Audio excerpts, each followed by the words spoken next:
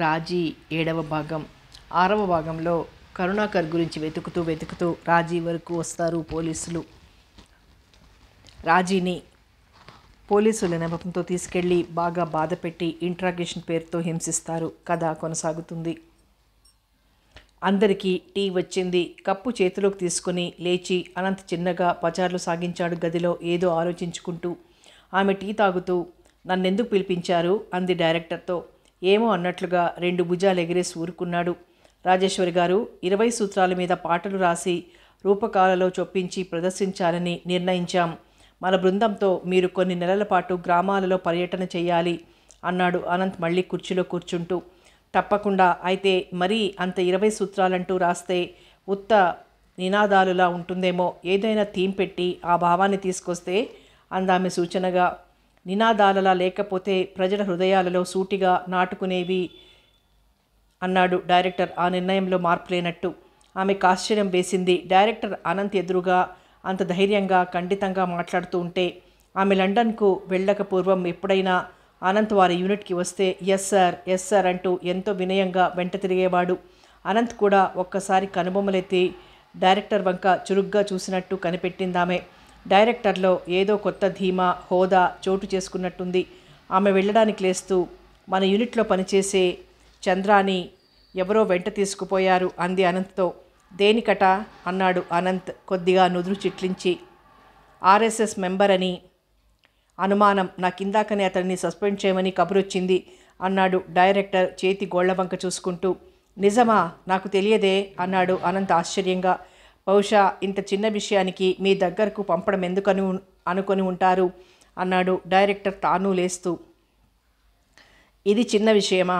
ఎప్పుడో ఏదో ఆర్ఎస్ఎస్లో డ్రిల్ చేశాడని ఒక వ్యక్తిని వాళ్ళ అకస్మాత్తుగా సస్పెండ్ చేస్తే అతని మీద ఆధారపడ్డ వాళ్ళ గతేమిటి అందామే. మీకు తెలుసా అతని సంగతి అన్నాడు డైరెక్టర్. నాకు అతని సంగతి తెలుసని కాదు, సామాన్యంగా అలాగే ఉండేదట. ముఖ్యంగా స్వాతంత్రానికి ముందు దక్షిణాదిన కూడా హై స్కూల్ కాలేజీ కుర్రవాళ్ళందరూ ఆర్ఎస్ఎస్ డ్రిల్కు వెళ్తూ ఉండేవారని మామయ్య చెబుతూ ఉండేవాడు. అందుచేత అలా అన్నాను అందామె సంజాయిషీగా. రాజకీయాలను గురించి మీకు చాలా ఎక్కువే తెలిసినట్టుందే. ఇంతకీ మీ మామయ్య ఏం చేస్తుంటారు అన్నాడు డైరెక్టర్ వెళ్ళబోతూ. సర్వోదయ బృందంలో ఉన్నాడు అందామె మాట తుంచేస్తూ. డైరెక్టర్ కాసేపు తచ్చట్లాడి రాజీ గది వదిలాకనే బయటికి వెళ్ళాడు. అనంత్ అది గ్రహించాడు. అతని ప్రవర్తన కూడా కొంచెం కొత్తగా అనిపించింది. ఇదంతా ఎమర్జెన్సీ ప్రభావమే అనుకున్నాడు. తమ యూనిట్లోకి వెళ్ళగానే 2 రోజుల్లోనే ప్రయాణం అవ్వాలి అని చెప్పాడు డైరెక్టర్ రాజీతో.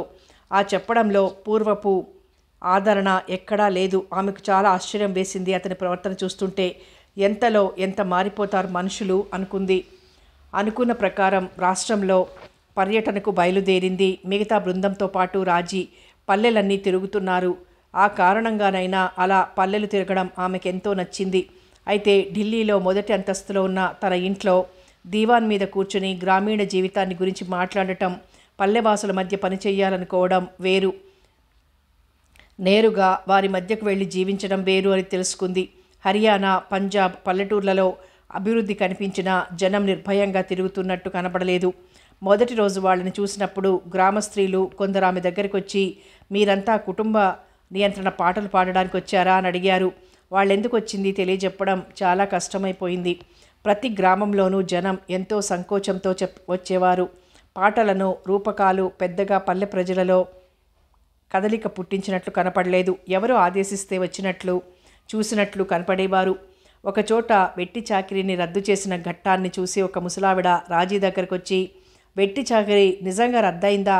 ఏది మరి? నా కొడుకింకా అయ్యగారి కొలువులోనే ఉన్నాడే, ఆ అయ్య వదలడానికి వీల్లేదన్నాడు అంటూ ఒక నాయక మహాశయుణ్ణి చూపింది. కంచే చేను మేస్తే లాంటి సామెతలు ఊరికే పుట్టాయా మరి అనుకుంది రాజీ. ఒక గ్రామంలో కార్యక్రమానికి ఒక్కరూ రాలేదు. ఎందుకు రాలేదో వాళ్ళకు అర్థం కాలేదు. అప్పటికే కుటుంబ నియంత్రణాధికారులు వచ్చారని, వాళ్ళు కార్యక్రమం పెట్టించారని, కార్యక్రమాన్ని చూడటానికి పోయిన వారందరినీ తీసుకుపోయి ఆపరేషన్లు చేస్తారని ఊరంతా పొక్కిపోయింది. అంతే, మగవాళ్లంతా బడితలు పట్టుకుని రాత్రి ఊరు కాపలా కాశారు. నిజంగానే పోలీసులు, కుటుంబ నియంత్రణ సిబ్బంది ఊరిలో దిగారని రాజీ వాళ్ళకి తెలియదు. పోలీసులకు, పల్లెవాసులకు గలాటా జరిగింది. ప్రాణాలు గుప్పిట్లో పెట్టుకొని రాజీ వాళ్ళు మరుసటి రోజు ఉదయమే ఆ గ్రామం దాటారు. బ్రతుకు జీవుడా అనుకుంటూ. కొన్ని గ్రామాలలో తన్నులు తప్పించుకొని మరికొన్ని గ్రామాలలో తిట్లు తిని నానా అగచాట్లు పడుతూ తిరిగారు. ఎక్కడ చూసినా భయం, కుటుంబ నియంత్రణ ఆపరేషన్ల కథలు. చేతికంది వచ్చిన తమ పిల్లల్ని అకస్మాత్తుగా పోలీసులు పట్టుకుని తీసుకుపోయారెక్కడికో అన్న గోడు. రాజీ మనసు వికలమైపోయింది. ఎలాగో ఆ కొద్ది నెలలు పని పూర్తి చేసుకుని ఢిల్లీ తిరిగి చేరుకుంది. అందరితో పాటు అన్ని నెలలు అనంత్కి కూడా ఏమీ రాయలేదు. అనంత్ ఆమెకు రాసే అవకాశమే లేదు. ఇవాళిక్కడుంటే రేపక్కడ అలా తిరుగుతూనే ఉన్నారు రాజీ వాళ్ళు, తిరిగిన చోట తిరగకుండా. ఆమె రాయొచ్చతనికి, కానీ రాయలేదు. బయలుదేరే రోజు ఫోన్ చేసి చెప్పింది అతనికి తాను రాయనని, అలా కొన్నాళ్ల పాటుంటేనే క్షేమం అని. అనంత్ అవును కాదు అనలేదు, వింటున్నాను అని ఊరుకున్నాడు. నాకంటే ఆయనే బాగా కృంగిపోయారు నా అనుభవాలతో అనుకుందామే. ఆఫీస్కి వెళ్ళగానే ఫోన్ చేసింది అనంత్కి. పిఏ అందుకుని అత్యవసరమా ఇప్పుడే అన్నాడు. లేదు, టూర్ పూర్తి చేసుకుని వచ్చాను, ఆ విషయం చెప్పడానికే ఫోన్ చేశానని చెప్పండి అందామే. ఆ రోజంతా ఆఫీస్లో జనం గుసగుసలుగా మాట్లాడుకుంటున్నారు. కుముద్ మంచి హుషారుగా తిరుగుతోంది. మాటికి 4 సార్లు డైరెక్టర్ నాతో ఇలా అన్నారు అలా అన్నారు అంటోంది. డైరెక్టరు ఈవిడ అంత అకస్మాత్తుగా అంత దగ్గర ఎలా అయిపోయారా అనుకుంది రాజీ. టూరు బాగా అయిందా అంది కుముద్ మాటల్లోకి దించుతూ. గ్రామాల్లో ప్రజలు తెగ భయపడుతున్నారు కుటుంబ నియంత్రణ గొడవతో అంది రాజీ. అన్నింటికీ గొడవే, లేకపోతే పందుల్లా కనిపారేయడమేనా లెక్క లేకుండా? తినటానికి తిండి లేకపోయినా కుటుంబ నియంత్రణ మంచిదే, కానీ వాళ్ళకి ఆ సంగతి ముందుగా నచ్చ చెబితే బాగుంటుంది కదా, కొంత భయం తీరుతుంది. మీరు వెళ్ళారుగా నచ్చ చెప్పడానికి. మేము ఒక పాట పాడితే అయిపోయిందా? స్వచ్ఛంద సేవా సంస్థల సహాయంతో ప్రజలలో ముందు బాగా దాని గురించి నచ్చజెప్పిస్తే వ్యతిరేకత ఉండదనుకుంటాను. ఒకరిద్దరు ముందుకొస్తే ఆ తర్వాత మిగతా వారు తామంతట తామే ఒప్పుకుంటారు. సామాన్యంగా వాళ్ళ మనస్తత్వం అలాంటిది. ఓహో, ఈ కొద్ది నెలల పర్యటనతో గ్రామస్తుల మనస్తత్వం నీకు బాగా అవగాహమైపోయిందన్నమాట అంటూ తమాషా చేసింది కుముద్. ఇక ఆ విషయం ఆవిడతో పొడిగించడం అనవసరమని ఊరుకుంది రాజీ. మరుసటి రోజు ఉదయం తాజా వార్త. మంత్రిగారు మారిపోయారు. కొత్త మంత్రి, మార్పులు చేర్పులు ఆఫీస్లో. డైరెక్టర్ రాజీకి కబురు పెట్టాడు. అతని దగ్గరికి వెళ్ళింది. స్టాఫ్ కార్లో మంత్రిగారు ఆఫీసుకు తీసుకువెళ్ళాడు. ఆమె తనని పోలీస్ ఆఫీసర్లు ఆనాడు ఎక్కడికో తీసుకువెళ్ళిన దగ్గర నుంచి ఎవరు తనని తన ఉద్యోగరీత్యా ఎక్కడికి రమ్మన్నా, ఎక్కడికి, ఎందుకు అన్న ప్రశ్నలు వేయకుండా ఏమైతే అదవుతుందన్న మొండి ధైర్యంతో నిర్వికారంగా వెళ్ళడానికి నిశ్చయించుకుంది. తనని చూడగానే కొత్త మంత్రి గారి కళ్ళల్లో కొంత ఆశ్చర్యం తొంగి చూసినట్టు అనిపించింది ఆమెకు. కూర్చోమని సైగ చేశాడు మంత్రిగారు. మీ యూనిట్లో అందరూ ఇంత అందంగా ఉంటారా అన్నాడు.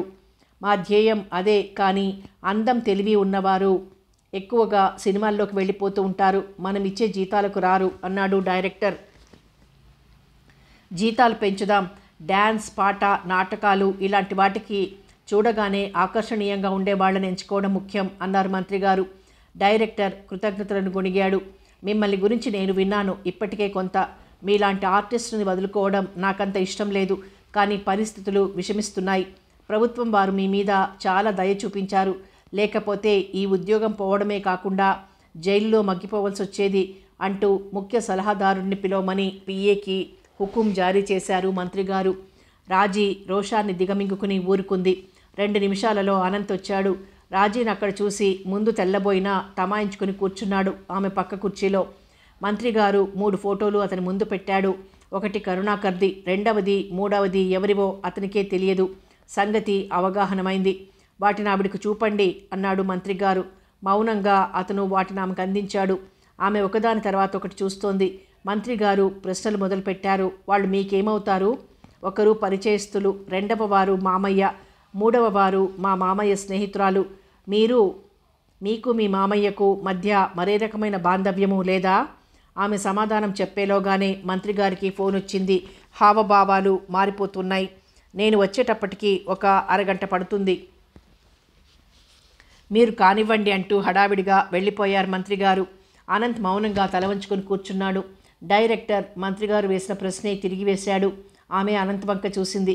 మీకు నేనిలా ఈ పద్ధతిగా ఈ విషయాలన్నీ చెబుదామనుకోలేదు అంది తెలుగులో తనలో తాను మాట్లాడుకుంటున్నట్లుగా.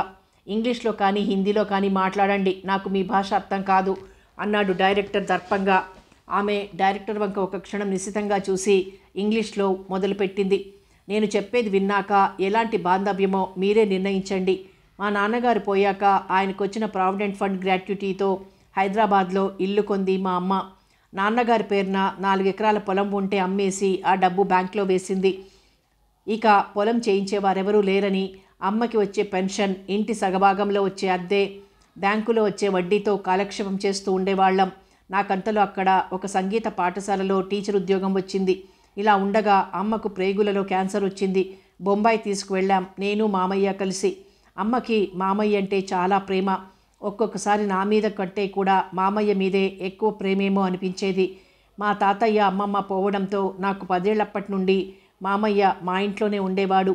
మా తాతయ్య అమ్మమ్మ ఇద్దరు స్వాతంత్ర సమరంలో జైలుకు వెళ్ళారట.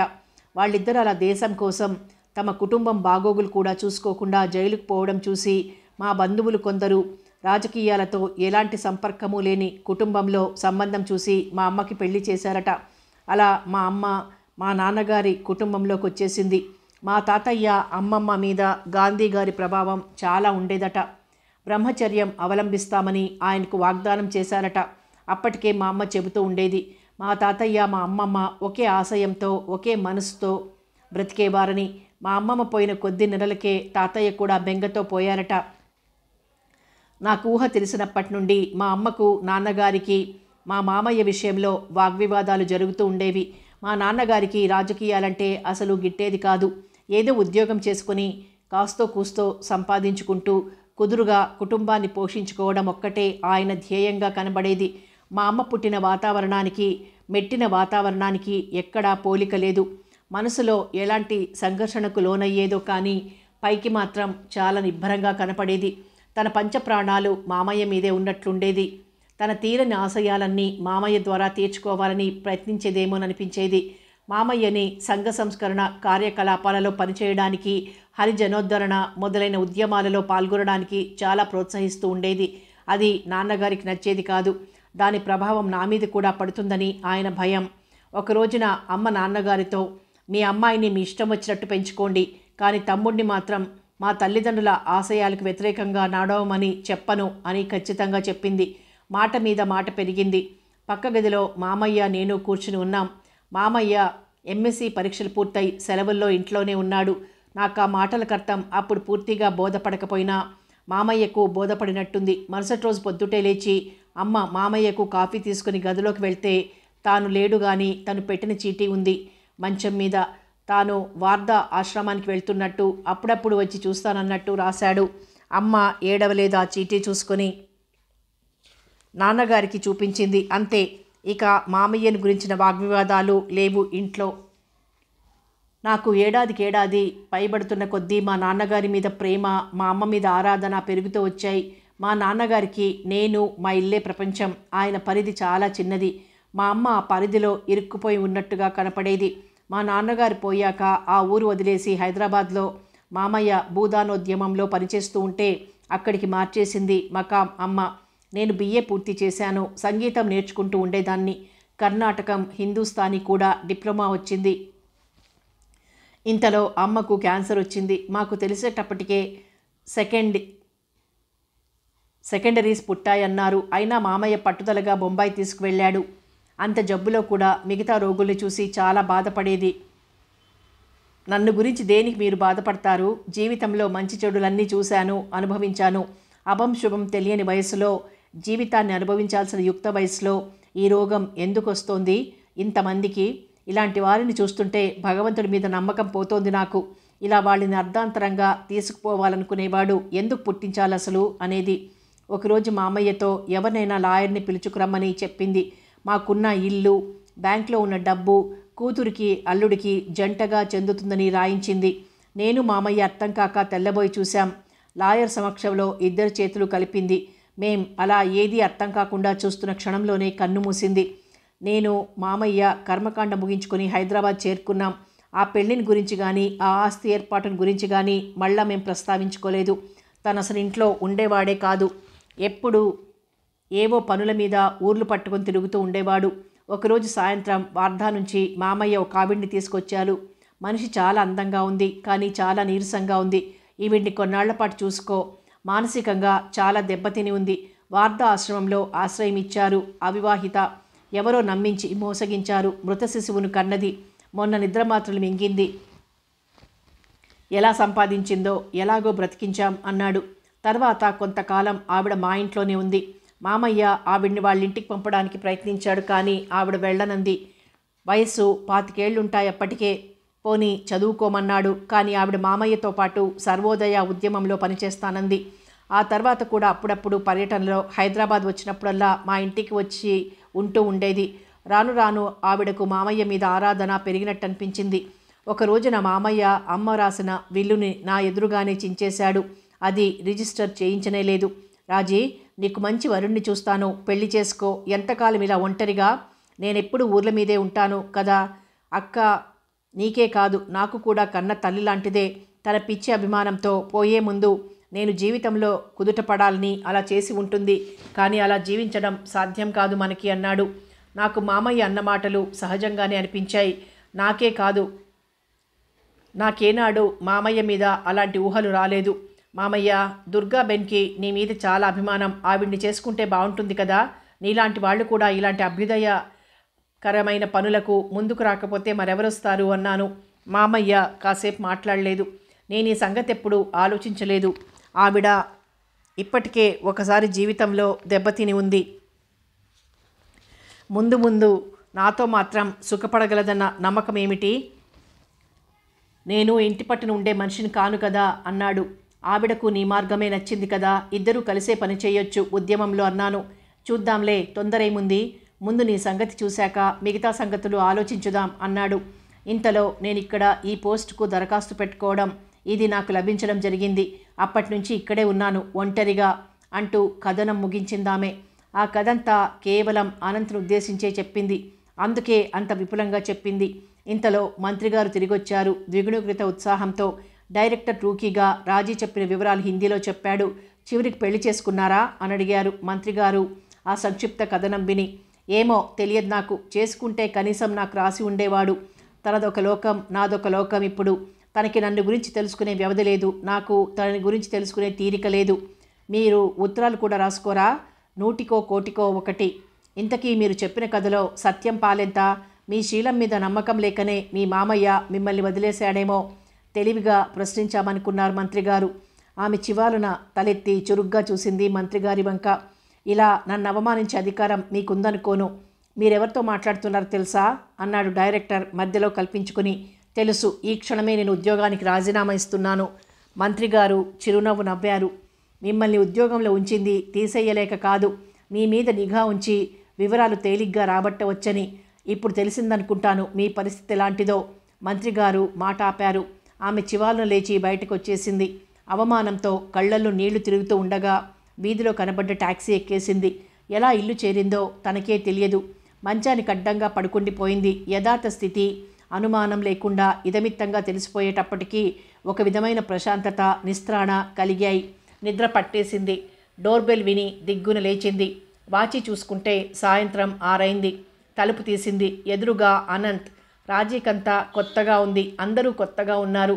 దీవాన్ మీద కూర్చుంది ఎటో చూస్తూ. అతను ఆమెనే చూస్తూ కూర్చున్నాడు. అతని కళ్ళల్లో నీళ్లు. ఎందుకో చటుక్కున అతని వైపు చూసిందామె. అతనప్పుడే గుర్తొచ్చినట్లు అతన్ని అలా చూసినప్పటికీ ఆమె సర్వము మర్చిపోయింది. గబాల్న లేచి వెళ్ళి అతని ముఖాన్ని తన గుండెలకు హత్తుకుంది. ఆమె పమిటి మీద తడి అతని కన్నీటితో అతని తల నిమురుతూ ఉండిపోయింది. ముఖం పైకెత్తి, రాజీ, ఇన్ని రోజులు ఈ సంగతులన్నీ నాకెందుకు చెప్పలేదు? నన్ను నమ్మలేకపోయావా? ఇంత బాధ నువ్వు ఒంటరిగా భరిస్తున్నావా అన్నాడతను ఆమె నడుం చుట్టూ చేతులు పోనిచ్చి. ఇవన్నీ మీకివాళ ఇలా దోషిలా కూర్చుని చెబుదామనుకోలేదు.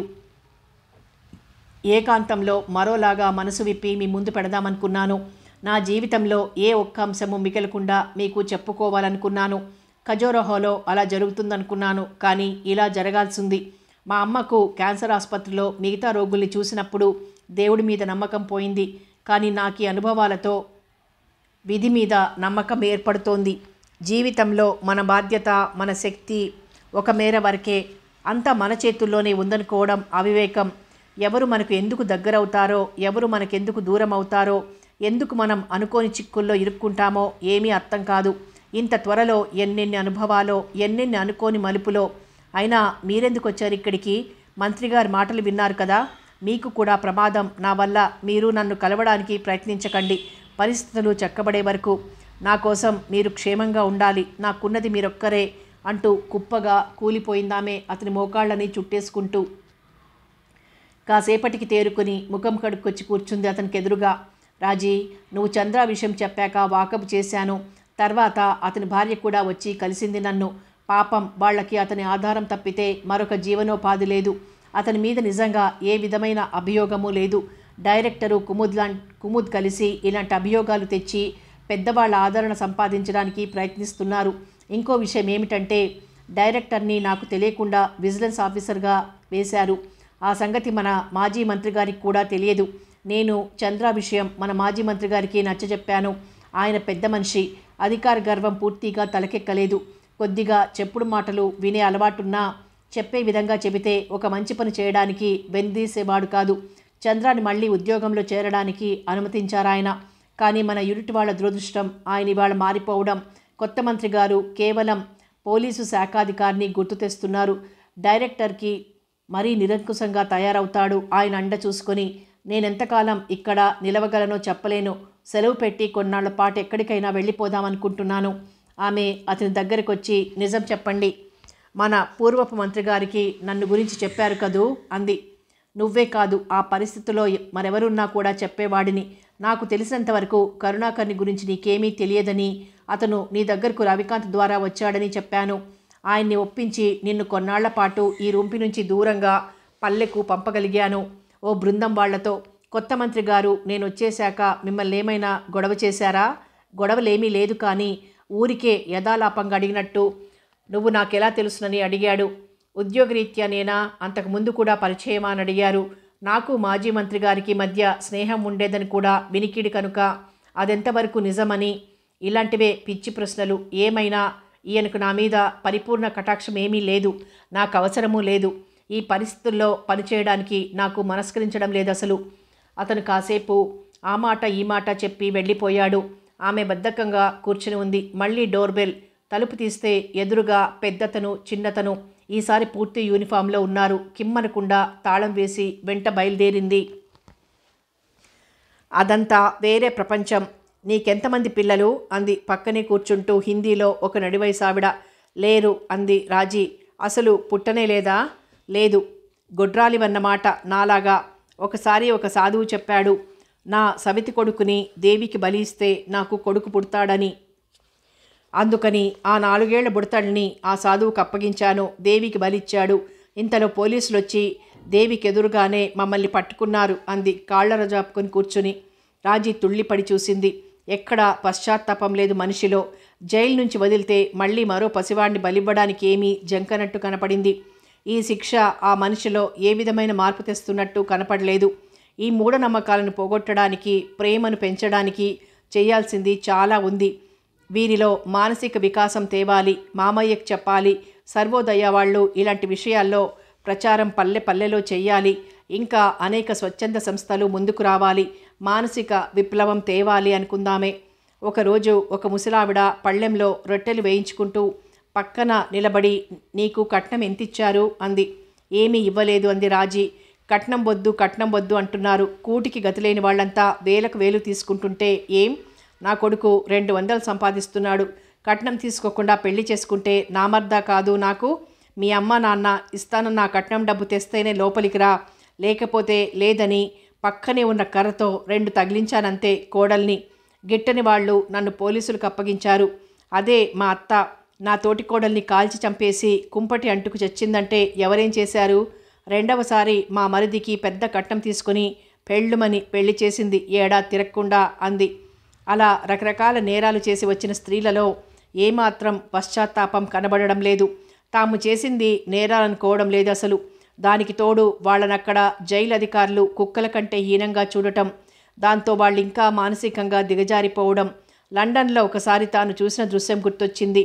ఒకరోజు ఏదో కొనడానికి షాప్కు వెళ్ళింది. అక్కడ ఒక ఆమె ఏదో దొంగిలించింది. మరుక్షణం పోలీసులు ఆమెను చుట్టుముట్టి ఎవరో స్నేహితురాల్ని వెంటబెట్టుకుపోతున్నట్లుగా పోలీస్ స్టేషన్కి తీసుకుపోయారు. కేకలు లేవు, తిట్లు లేవు, తన్నులు లేవు. ఆ స్థితికి ఎప్పుడొస్తామో మనము అనుకుందామే. ఇలా ఆలోచనల్లో కొట్టుమిట్టాడుతూ ఆ జైలు వాతావరణానికి, భోజన వసతులకు కృంగిపోకుండా రోజులు నెట్టుకొస్తోంది రాజీ.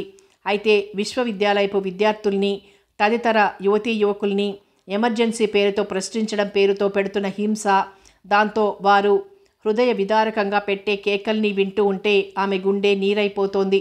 ఆమెను ప్రశ్నించడానికి తీసుకువెళ్లేవారు ఎందుకనో కానీ ఆమెను శారీరకంగా హింసించడం లేదు, కానీ యువతీ యువకుల్ని హింసించే గదులకు దగ్గరగా తీసుకుపోయి ప్రశ్నలు అడిగేవారు. వారి కేకలు, యమబాధతో పెడుతున్న పెడబొబ్బలు వింటుంటే ఆమెకు కడుపులో పేగులు, లుంగలు చుట్టుకుపోయేవి. అంతకంటే తనని శారీరకంగా హింసిస్తే బావుండును అనుకునేది.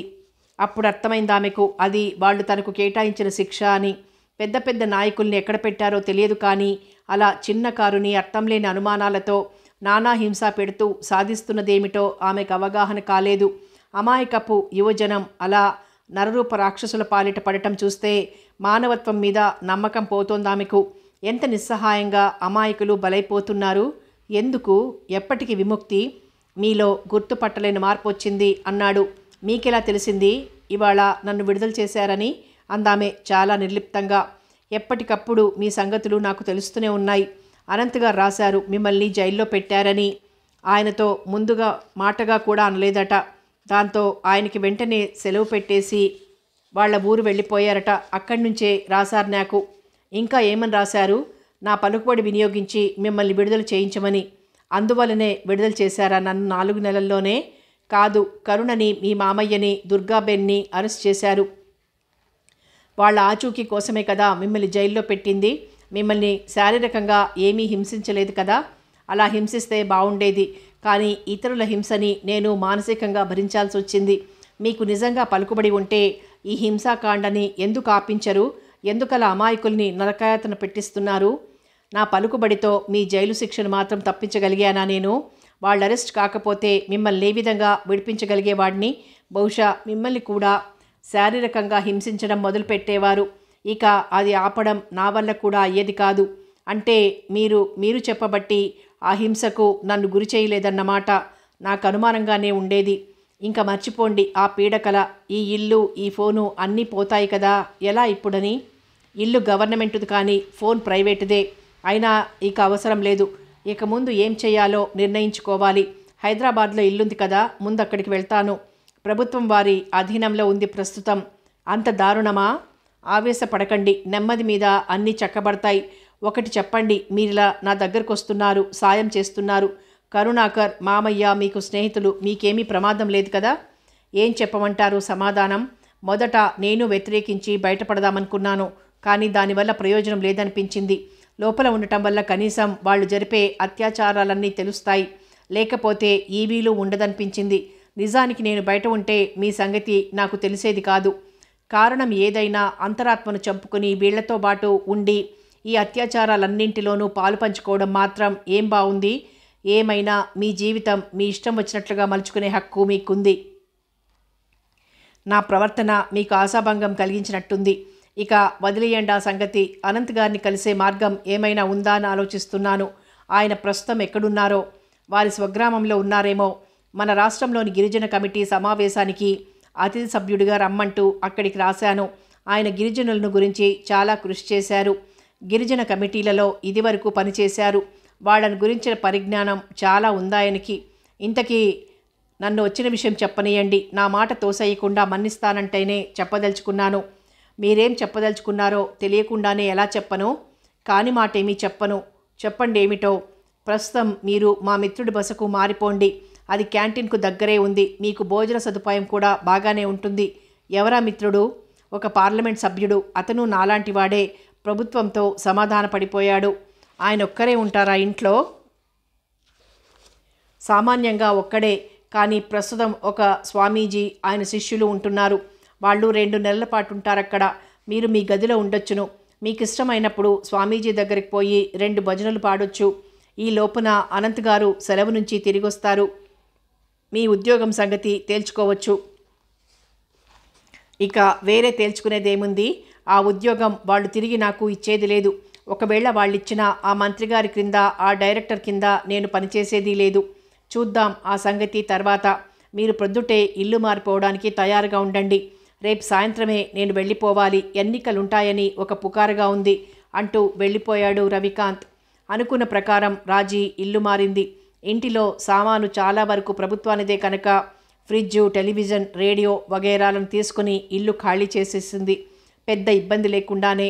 ఎంపీ గారు ఊర్లో లేరు, కానీ ఆయన వంట మనిషి స్వామీజీకి ఆయన శిష్యులకు వంట చేసి పెడుతున్నాడు. రాజీ మాత్రం క్యాంటీన్ నుంచి తెప్పించుకొని తినడం మొదలుపెట్టింది. ఎంపీ గారింట్లో టెలివిజన్, ఫ్రిడ్జ్ ఉన్నాయి. అవి ఎలాగూ అందరికీ ఉపయోగపడుతున్నాయి కదా అని ఆమె ఫ్రిడ్జ్, టెలివిజన్ అమ్మేసింది డబ్బుకు కొరత లేకుండా. ఆమె అక్కడికి మారిన రోజు సాయంత్రం రవికాంత్ విమానాశ్రయానికి వెళ్తూ మధ్యలో దిగి ఆమెను స్వామీజీకి పరిచయం చేశాడు. స్వామీజీ ఎన్నో రోజులుగా పరిచయం ఉన్నట్టు చల్లగా నవ్వారు. స్వామీజీ, ఈవిడ బాధ్యత మీదే, ఇక మీ ఆశీస్సులతో వెళ్తున్నాను. ఈ కఠోర పరిస్థితులు త్వరలోనే అంతమవుతాయని మీరంటున్నారు. ఎన్నికలు త్వరలోనే ఉంటాయని వింటున్నాను. మీ మాట నిజమయ్యే రోజు త్వరలోనే వస్తే ఇక కావాల్సిందేముంది అంటూ ఆయనకు దగ్గరగా వెళ్ళి తల వంచి నమస్కరించి రవికాంత్ వెళ్ళిపోయాడు. స్వామీజీ కూర్చోమని చెప్పగానే ఒక పక్కగా కూర్చుంది రాజీ. ఇంతలో మరెవరో వచ్చారు. ఎక్కడో చూసిన గుర్తు. ఎవరీవిడా? ఎక్కడో ఒకసారి ఎమర్జెన్సీకి ముందు పూర్వపు మంత్రిగారింటిలో విందులో చూసింది. స్వామీజీ గట్టిగా ఎన్నికలుంటాయని చెప్పుకుంటున్నారు. కొందరు వట్టిదంటున్నా నాకు నమ్మకంగానే ఉంది. ప్రధానమంత్రి తత్వం నాకు బాగా తెలుసు. తన పార్టీ గెలిచి తీరుతుందని నమ్మకం. ఇదే పద్ధతిని తనని వ్యతిరేకించిన వాళ్ళని జైళ్లలో పడేసి నిరంకుశ పాలన సాగించవచ్చని అంచనా. కానీ స్వామీజీ, ప్రజలు మూర్ఖులు కారు. ఎన్నికలు పెట్టనీయండి, పస తెలుస్తుంది. ఆవిడ ఆవేశంగా మాట్లాడుతోంది. ఇలాగే బయట మాట్లాడకండి, మిమ్మల్ని ముందు జైల్లో పెట్టేయగలరు అన్నారు స్వామీజీ నవ్వుతూ. లేదు స్వామీజీ, మీరుండగా నాకేం భయం లేదు. మీరు కాపాడుతారు నన్ను. నా మీద అరెస్ట్ వారెంట్ ఉన్నా నిఘా తప్పిస్తే ఒక్కరోజు జైల్లో పెట్టలేదే స్వామీజీ. ఒక్కరొక్కరినే విడుదల చేస్తున్నారట మా వాళ్ళని. ఎన్నికలంటూ వస్తే మాలో కొందరు నిలుద్దామంటున్నారు, కొందరు నిరసనగా ఎన్నికల్ని వ్యతిరేకిద్దామంటున్నారు. అదేమిటి నిలవాలి? వ్యతిరేకించడం దేనికి? టైం లేదు, అంగబలం లేదు, అర్ధబలం లేదు. వాళ్ళు జైళ్ల నుంచి ఏ ఆకారాలతో బయటపడతారో. చిన్న కారుని తప్పిస్తే చాలా వరకు పెద్ద నాయకుల్ని బాగానే చూశారట జైళ్లలో. వాళ్లే పరిస్థితుల్లో బయటకొచ్చినా నిలవడం మంచిది. జైలు జీవితం ఈ సమయంలో నిజంగా ఒక తపస్సు లాంటిది. ప్రజాభిమానం, సానుభూతి మీ వైపు ఉంది. ప్రజలు పరిస్థితులకు జడిసి ఊరుకుంటున్నారు, కానీ మీ మీద అభిమానం లేక కాదు. సమయం వచ్చినప్పుడు దైవబలం, ప్రజాబలం మీ వైపు ఉంటుంది. నైతిక బలం తిరిగి చోటు చేసుకుంటుంది. మీ ఆజ్ఞ ఎలా ఉంటే అలాగే చేస్తాం స్వామీజీ. కానీ మాలో కొందరికి దైవశక్తి మీద నమ్మకం లేదు. పోనీ వారికి ప్రజాశక్తి మీద నమ్మకం ఉంది కదా. దేవుడు ప్రజల్లో లేడా? వాళ్లతో ప్రజాబలం, ప్రజాశక్తి అనండి, మాట ఏదైతేనేం. స్వామీజీ, మీ మీద కూడా ప్రభుత్వం వాళ్ళకి పీకెల వరకు కోపంగా ఉందట. ఎందుకు? మీరు మమ్మల్ని ఆశీర్వదిస్తున్నారట. మాలాంటి వాళ్ళం అంతకంటే చేసేదేముంది? మంచిని ప్రోత్సహిస్తాం, చెడుని, హింసని గర్హిస్తాం. వాళ్ళు నా దగ్గరకు వస్తారు కదా, అదే వాళ్ళనేదీను. మమ్మల్ని, ప్రతిపక్షం వాళ్ళని, ఇద్దరిని ఆశీర్వదిస్తారేమిటి అని. మాకెవరైనా ఒకటే. ఎవరు మంచి చేస్తారనుకుంటే వారికి మా ఆశీర్వచనం ఎప్పుడూ ఉంటుంది. ఆవిడ ప్రసాదం పుచ్చుకుని అలా వెళ్ళిందో లేదో మరో వ్యక్తి భార్యాపిల్లలతో సహా వచ్చి సాష్టాంగపడ్డాడు. స్వామీజీ అదే నవ్వు చల్లగా. స్వామీజీ, మా రాజధానిలో ఘోరం జరిగిపోయింది. వ్యతిరేకించిన విద్యార్థి నాయకుడిని జీప్తో వెంటాడి చంపేశారు. యాక్సిడెంట్ అన్నారు. వాళ్ల దురాగతాలకు అంతు లేకుండా ఉంది. ఏది యాక్సిడెంటో, ఏది కిరాతక చర్యో తెలియకుండా ఉంది అన్నాడా వ్యక్తి. ఇక మీకేమీ భయం లేదు. మంచి రోజులు ఆసన్నమవుతున్నాయి. స్వామీజీ, ఎన్నికలను అనుకుంటున్నారు, కానీ నాకు నమ్మకం లేదు. మరో 10 ఏళ్ళు ఎన్నికలు జరపకుండా ఉంటే మాత్రం అడిగేవాళ్ళెవరు? జైళ్లలో ఉన్న పెద్దలంతా ఈ లోపున హరీలు అంటారు. ఏమో, నాకే ఆశాకిరణం కనబట్టం లేదు స్వామీజీ. ఈ మాటలు వింటూ మరొక వ్యక్తి వచ్చి స్వామీజీకి పాదాభివందనం చేసి, మిగతా దేశాలు వెలివేస్తాయి, ప్రపంచ అగ్రనాయకులలో ఒకరుగా పేరు పొందాలని మన ప్రధానమంత్రికి పెద్ద అభిలాష. దేశవాసుల మాట లెక్క చేయకపోయినా ఇతర దేశాలలో పెద్ద పేరు కోసమైనా ఎన్నికలు పెట్టి తీరాలి. అయినా ఒక మాట వినండి, వినాశకాలం వస్తే ఎవరూ ఆపలేరు. ఆ భగవంతుడే బుర్రలో ఎన్నికల ఆలోచన పెడతాడు, పడగొడతాడు. నా నమ్మకం అది అన్నాడు. నాకేం నమ్మకం లేదు. ప్రజాస్వామ్యం శాశ్వతంగా భూస్థాపితమైపోయింది. ఎన్నికలు లేవు, క్రాంతి లేదు అన్నాడు మొదటి వ్యక్తి. రాజీకి ఆశ్చర్యంగా ఉంది. ఎవరి స్వామీజీ? మకాం ఒక పార్లమెంట్ సభ్యుడింట్లో వచ్చేది ఇంచుమించు అందరూ రాజకీయాల్లో మునిగి తేలేవారే. ఎలాంటి స్వామీజీయనా అనుకుంటోంది. వాళ్ళు కాసేపు కూర్చుని వెళ్ళిపోయారు. శిష్యుడు వచ్చి 2 భజనలు పాడండమ్మా, రవికాంత్ గారు చెప్పారు, మీరు చాలా బాగా పాడతారని అన్నాడు. చాలా రోజులకు గొంతు విప్పింది.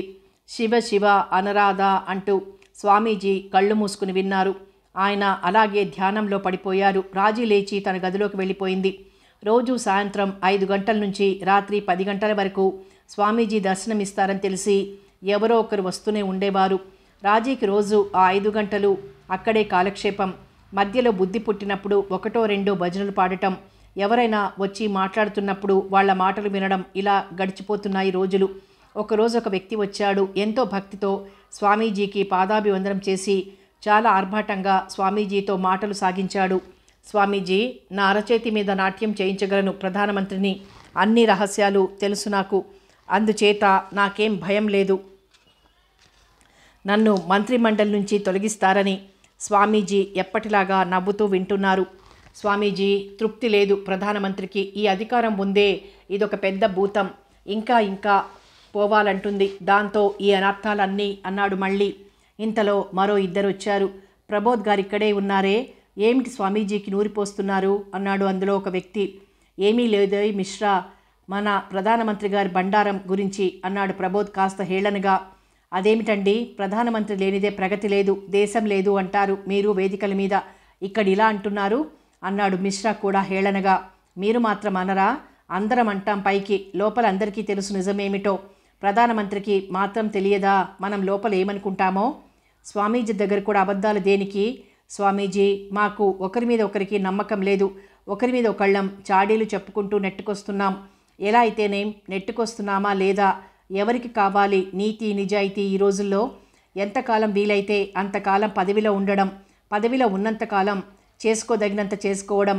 రేపే మంత్రి పదవి ఊడిపోతే మన ముఖాన్ని చూసేవాడు కూడా ఉండడు. చేతిలో 4 డబ్బులు గలగలలాడకపోతే తెలిసిందా? ఇదే ధోరణిలో నడుస్తున్నాయి వారి మాటలు. విని విని విసుగెత్తిందేమో 3వ వ్యక్తి నోరు విప్పాడు చివరికి. అయ్యాయా మీ పంచతంత్రం కథలు? మీలాంటి వాళ్ళందరూ ఇలా తగలడబట్టే ప్రధానమంత్రి మిమ్మల్ని అలా ఆడించడం.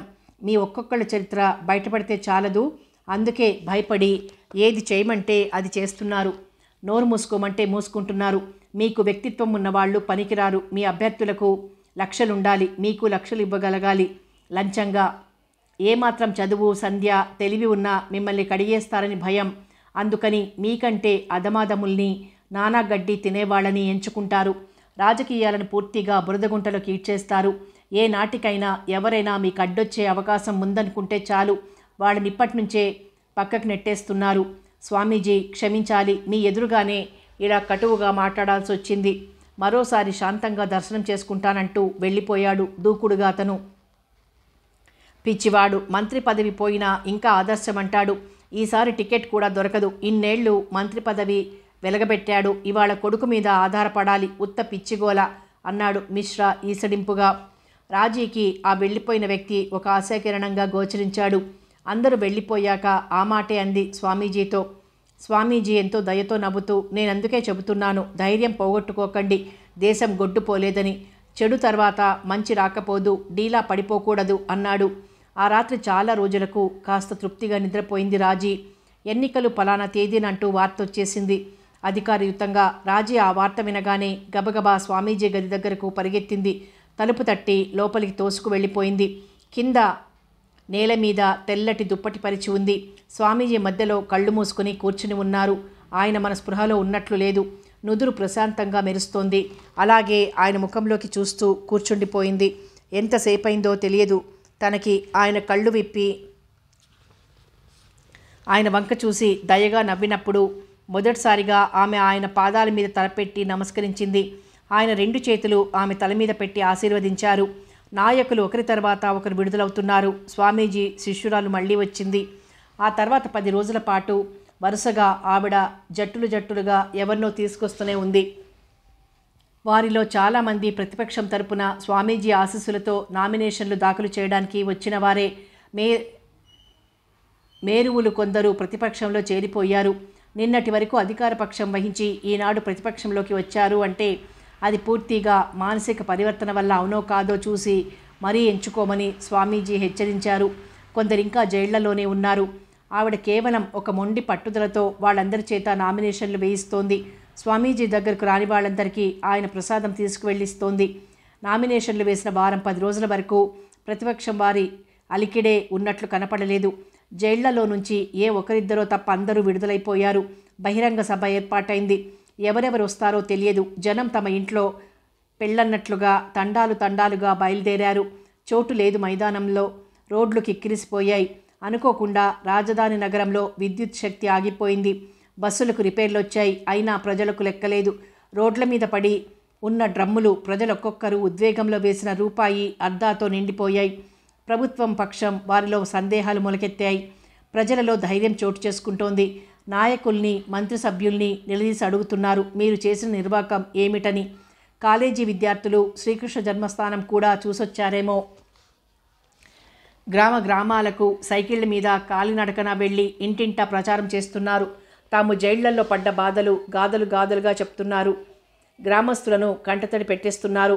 గ్రామాలలో ప్రతిపక్షపు బహిరంగ సభలు లేవు, కానీ ఇంటింటా ప్రచారం జరుగుతోంది. రెండవ కంటికి తెలియకుండా. పాఠకపు జనంలో ప్రతి ఇల్లాలు సంతోషిస్తుంది. సంతోషీమా, నా పిల్లాడికి మనవాడకుండానే కుటుంబ నియంత్రణ ఆపరేషన్ చేశారు. సంతోషీమా, నేను ఓటు ఎదుటిపక్షం వాళ్లకే వేస్తాను. సర్కారు వాళ్ళకి అబద్ధం చెప్పాను. ఓటు వాళ్లకే వేస్తానని డబ్బు పుచ్చుకున్నాను. ఈ తప్పు కాయి తల్లి అంటూ ఇష్టదేవతకు మొక్కుకుంది. పైకి మాత్రం అందరూ తెలివిగా, అందరూ వినేలాగా ఓటు దొరలకి, ప్రభుత్వం చేసే దొడ్డ దొరలకి అన్నారు. రాత్రింబవళ్ళు కాపలా కాశారు జనం. ఓట్ల పెట్టెలు గల్లంతు కాకుండా. ఎన్నికల ఫలితాలొచ్చాయి.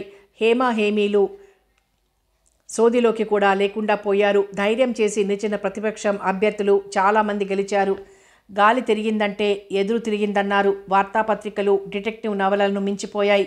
గల్లంతైన వ్యక్తులను గురించిన ఆచూకీలు మొదలయ్యాయి. పోలీసుల హింసాకాండలలో ఆహుతైన యువకుల తల్లిదండ్రులు జీవోత్సవాలయ్యారు. పరదేశస్థుల నుండి స్వాతంత్రాన్ని పొందడానికి ఆహుతయ్యారంటే అర్థం ఉంది, కానీ మనవాళ్ల చేతుల్లోనే నలిగిపోయిన ప్రజాస్వామ్యాన్ని కాపాడటం కోసం వెలకట్టలేని ప్రాణాలు ఆహుతవ్వడం అన్యాయమని ఆక్రోశించింది యావత్ ప్రజానికం. నిన్న ఇంద్రుడు చంద్రుడు అని పొగిడిన ప్రతి వ్యక్తిని ఈనాడు రావణుడు, మైరావణుడు అని తిడుతున్నారు. తమాషా ఏమిటంటే అలా నిన్న పొగిడిన వారే ఇవాళ మరీ ఎక్కువగా తిడుతున్నారు. ప్రతిపక్షం అధికారంలోకి వచ్చింది. మంత్రి పదవి ఇవ్వనంటే కారాలు మిరియాలు నూరే రోజులు పోయాయి. మంత్రివి కమ్మంటే వద్దు బాబోయ్, వద్దు నాకా బందికానా, నేను ప్రజల మధ్యనే ఉంటానని పదవికి దూరంగా పారిపోయే రోజులొచ్చాయి. రాజీ స్వామీజీ దగ్గర కూర్చుంది. ఇంతలో ఒక ఆయన హడావిడిగా వచ్చి, స్వామీజీ, నాకు ఈ మంత్రి పదవి వద్దు అన్నాడు. స్వామీజీ పాదాలు తాకి. స్వామీజీ ఆయన తల తాకి, నేనెక్కడికి రాను, ఆశ్రమంలో ఉంటానంటే మీరు లాక్కొచ్చారు నన్ను. నేను వచ్చానా లేదా? నీకు తప్పదు. నీకొక బాధ్యత అప్పగిస్తున్నప్పుడు తప్పించుకోవడం పిరికితనం. పదవిలో ఉంటే ప్రజలకు దూరం అవ్వవలసిన అవసరం ఏముంది? నీ పరిధిలో నువ్వు చేయగలిగిన సేవ చేయి వారికి. ఇన్నేళ్లు ప్రతిపక్షంలో కూర్చుని ప్రభుత్వ పక్షాన్ని ప్రశ్నలు అడగడంతో, దుయ్యబట్టడంతో సరిపోయింది. ఈనాడు నువ్వు ఆ స్థానంలో కూర్చుని ప్రజల చేత శభాష్ అనిపించుకోవాలి అని నచ్చజెప్పాడు స్వామీజీ. మీ ఆజ్ఞ స్వామీజీ అంటూ వెళ్ళిపోయాడాయన. ఆ రాత్రి రేడియో వార్తల్లో ఆయన మంత్రిగా నియుక్తులయ్యారని వచ్చింది. మరుసటి రోజు మళ్ళీ స్వామీజీ శిష్యురాలు వచ్చింది. ఎవరినో కొందరిని వెంటబెట్టుకుని, స్వామీజీ మీరు చెప్పండి, మానసిక పరివర్తన చెంది మాలో చేరుతాము అన్న వారిని మాలో చేర్చుకోవడంలో తప్పేముంది అంది. రాత్రికి రాత్రి మానసిక పరివర్తన ఎలా వస్తుంది? ఈవేళ అధికారం మన చేతిలో ఉంది కనుక మనలోకి వస్తామంటున్నారు. లేకపోతే ఏ పరివర్తన లేదు. గోడ మీది పిల్లివాటం తంతు. మళ్ళీ మన పార్టీ వాళ్ళ పార్టీలాగే తయారవుతుంది వీళ్ళందరినీ చేర్చుకుంటే అన్నాడు అందులో ఒక వ్యక్తి. అందరినీ చేర్చుకోమని నేననను. మన రవికాంత్ ఉన్నాడు, అతన్ని చేర్చుకుంటే తప్పేమిటి? మన కరుణాకర్కి వాళ్ళకి సాయం చేసేవాడు. అలా మనకు తెలిసిన వాళ్ళని చేర్చుకుందామంటున్నాను అందామే విడవకుండా. అలాంటివాడు ఎన్నికలకు ముందే ఎందుకు చేరలేదు? అప్పుడు మనం ప్రయత్నం చేసిందెక్కడా? మనం నలుగురం కలిసి కూడబలుకొని కొద్దో గొప్ప ప్రచారం చేసుకునేసరికే తలప్రాణం తోకకొచ్చింది. ఎన్నైనా చెప్పండి, స్వార్థపరులు ఏదో విధంగా పదవులలో ఉండడానికి ప్రయత్నిస్తారు. ఇలాంటి వాళ్ళ నుంచే మనం జాగ్రత్తగా ఉండాలి. కథ కొనసాగుతుంది.